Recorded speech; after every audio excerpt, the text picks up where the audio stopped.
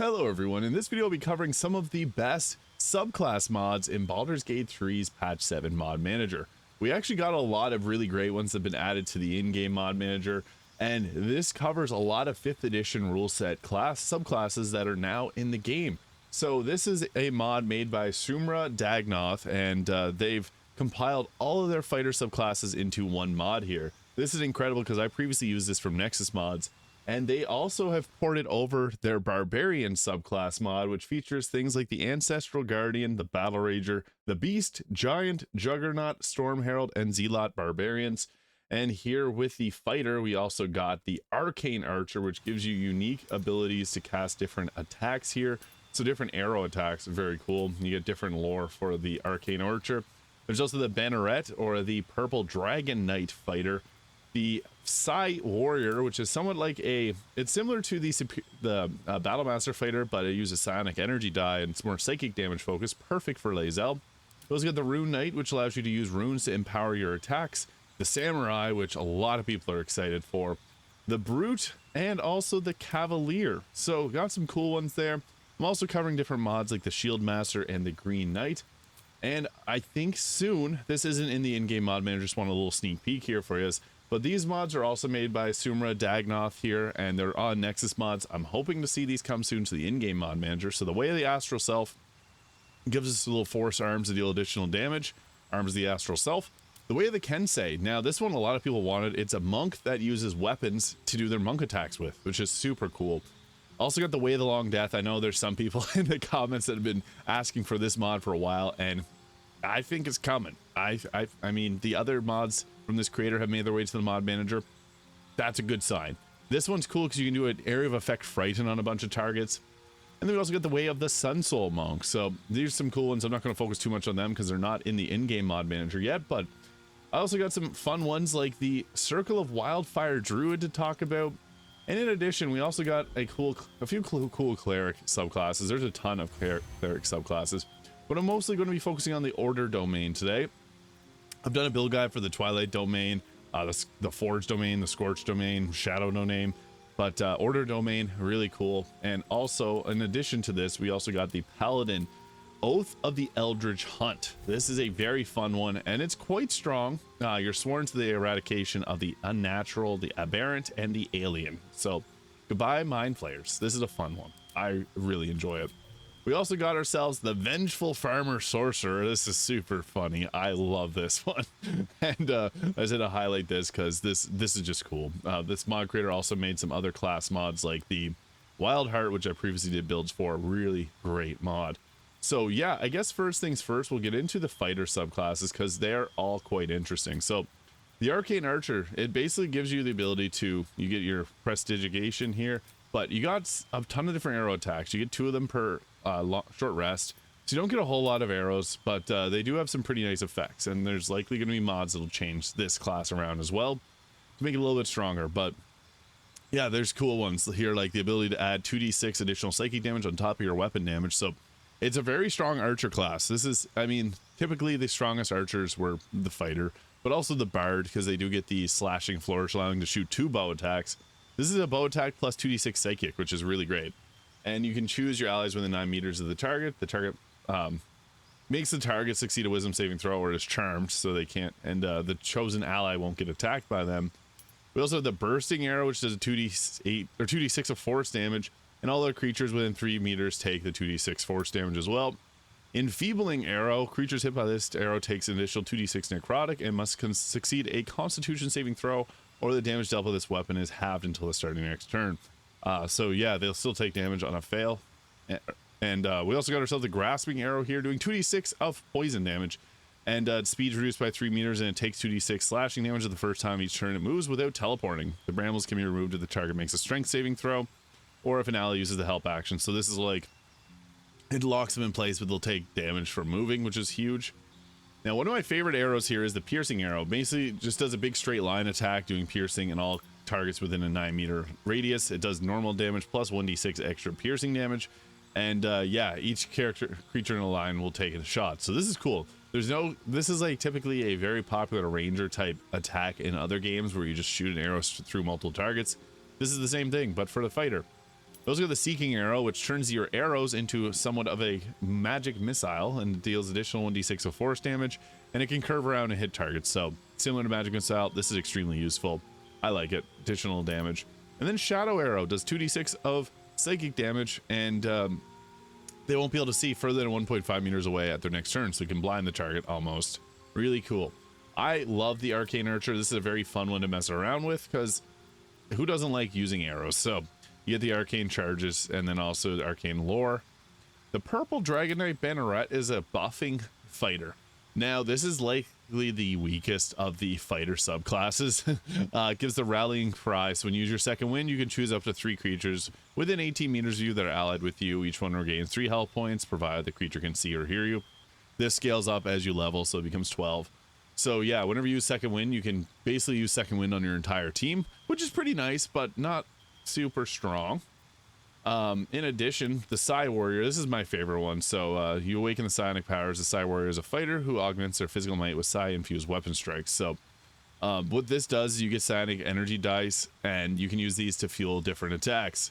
So we got our actions here: telekinesis, movement. You can move a creature or an ally 9 meters to knock out space, and you can restore your psionic energy die. I'll go into the detail on this one a little bit further in a moment, but I want to talk about the Rune Knight here, which is cool because you get proficiency in sleight of hand, but you get the inscribed rune benefits. So you can use different runes here. So this one will give you advantage on sleight of hand and deception checks. Some of them will make you larger. The fire rune gives expertise in sleight of hand. We got ourselves the frost rune, and then also the stone rune. So gives you dark vision too. There's some other benefits from this one. Was kind of buggy for me at first, but I also really like the samurai. Now the samurai gives us the fighting spirit and also the fighting spirit, so you gain advantage on all weapon attack rolls until you make it until the end of your turn, and you also get 5 temporary health points as a bonus action. So the samurai is meant to just get in and deal a bunch of damage. I mean, with most fighters it's the way, but the banneret is more so of a buffer class.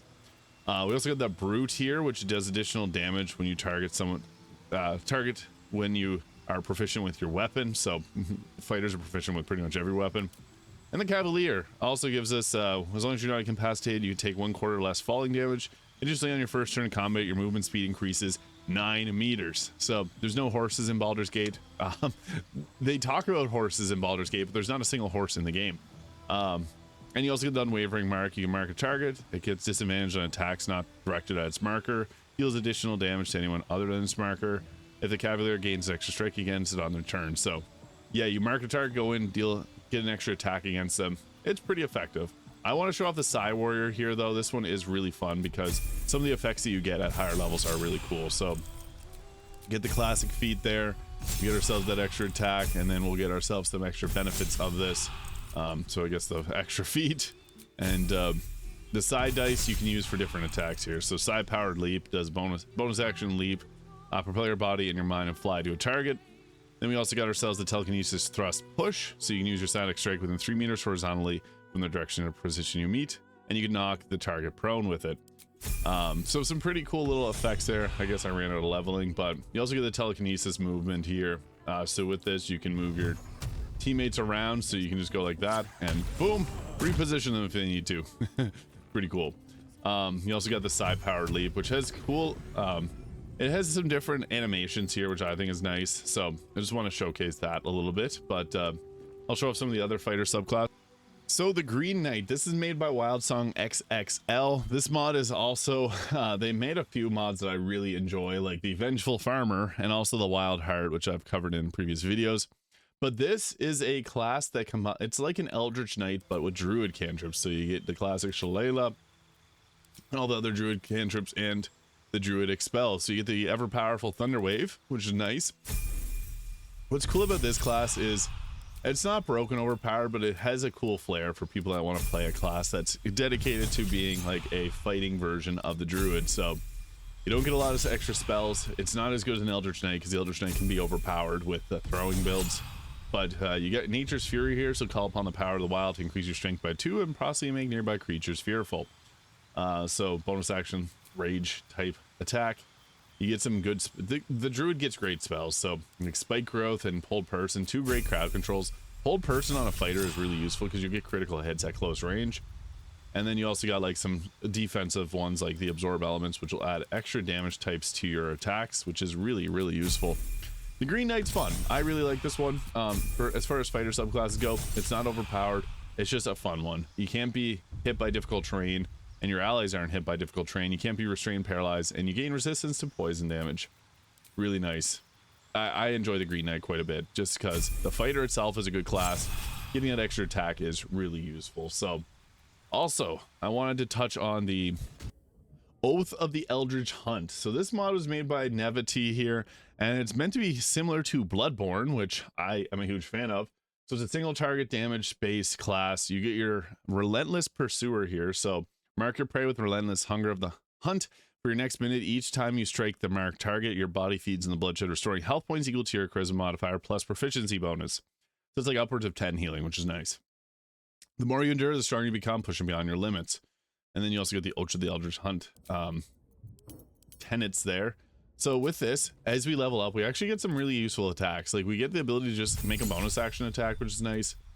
So the regular paladin goodies at level 2 with the Divine Smite. At level 3, here's our Spectral Slash bonus action attack. So you send forth a spectral copy of yourself to strike down your foe, making a melee strike against a creature within 6 meters of you. On hit, the target takes 1d8 slashing damage from the weapon's damage of your weapon's damage type. You also get yourself the Fairy Fire here, giving advantage on attack rolls against the target. And you get the Eldritch Prey. So 100 marks a creature, teleport up to 9 meters to an unoccupied space within 1 meter of the target as a bonus action. Weapon attacks against the marked target deal an additional necrotic damage equal to your charisma modifier. So with this, you can use it on a target, and then you can just teleport your way to that character. It doesn't use an action or a bonus action, just use your channel Oath, and you can make your way right to the target. So this is huge for closing the gap. You can basically hunt down one target and follow them around if they're trying to flee, which is really nice. We also get, for Oath spells, Hold Person and Moonbeam. You get the extra attack as per usual with the Paladin. And then we got our classic Aura of Protection there, which is nice. And also at level 7, we get ourselves the Aura of the Hunt. So the Hunter and any nearby allies gain a plus proficiency bonus, or plus charisma modifier to attack rolls against non-humanoid aberrations, fiends, fae, celestials, or monstrosities, which is a good portion of the things that we're fighting that are non-human. So that's really great. At level 8, classic feat, nothing else unique there. But at level 9, we get our level 3 spells. And we get the Evard's Grasp. So when activated, ethereal tentacles emerge from beyond the target, dealing 4 to 32 piercing damage and holding them in place. The target is restrained and cannot move or react. Attacks against them are made with advantage, and all attack rolls are maximized. Full damage on an attack roll is huge, or damage roll is huge. And also Spectral Fury, doing a 48 of slashing damage. You send forward 3 spectral duplicates of yourself to strike down one or several enemies within 9 meters of you. Make a melee spell attack for each of the spectral duplicate. On hit, it takes 4 to 32 slashing damage with your weapon's damage type. Really nice abilities there. That's what makes this class super powerful. So this one's really fun. You get the classic Aura of Courage there, and then level 11 improved Divine Smite. So this is one you could take to high levels. I think it's a really fun class, and I love the Bloodborne influence on it. Now, I also want to show off the Wildfire Druid. So this is a class made by Sif the Revenant. The Wildfire Druid is one that's made, it's from the 5th edition rule set. So what's nice about it is you get to summon in some different fiery pets here. So you can get like the fire humanoid there, primal humanoid. What's cool about this is it's a class that's very much fire focused. The Druid itself is obviously about earth and healing. But what this ends up looking like is you get yourself the Summon Primal Spirit. You also get wildfire versions of your wild shapes, so these have like a fiery essence to them, which is really cool. I'm a big fan of the Circle of the Wildfire. I've done a build on it previously, so you can check that out if you want to see this in more detail. It's really fun to play around with, though. I enjoy this one quite a bit.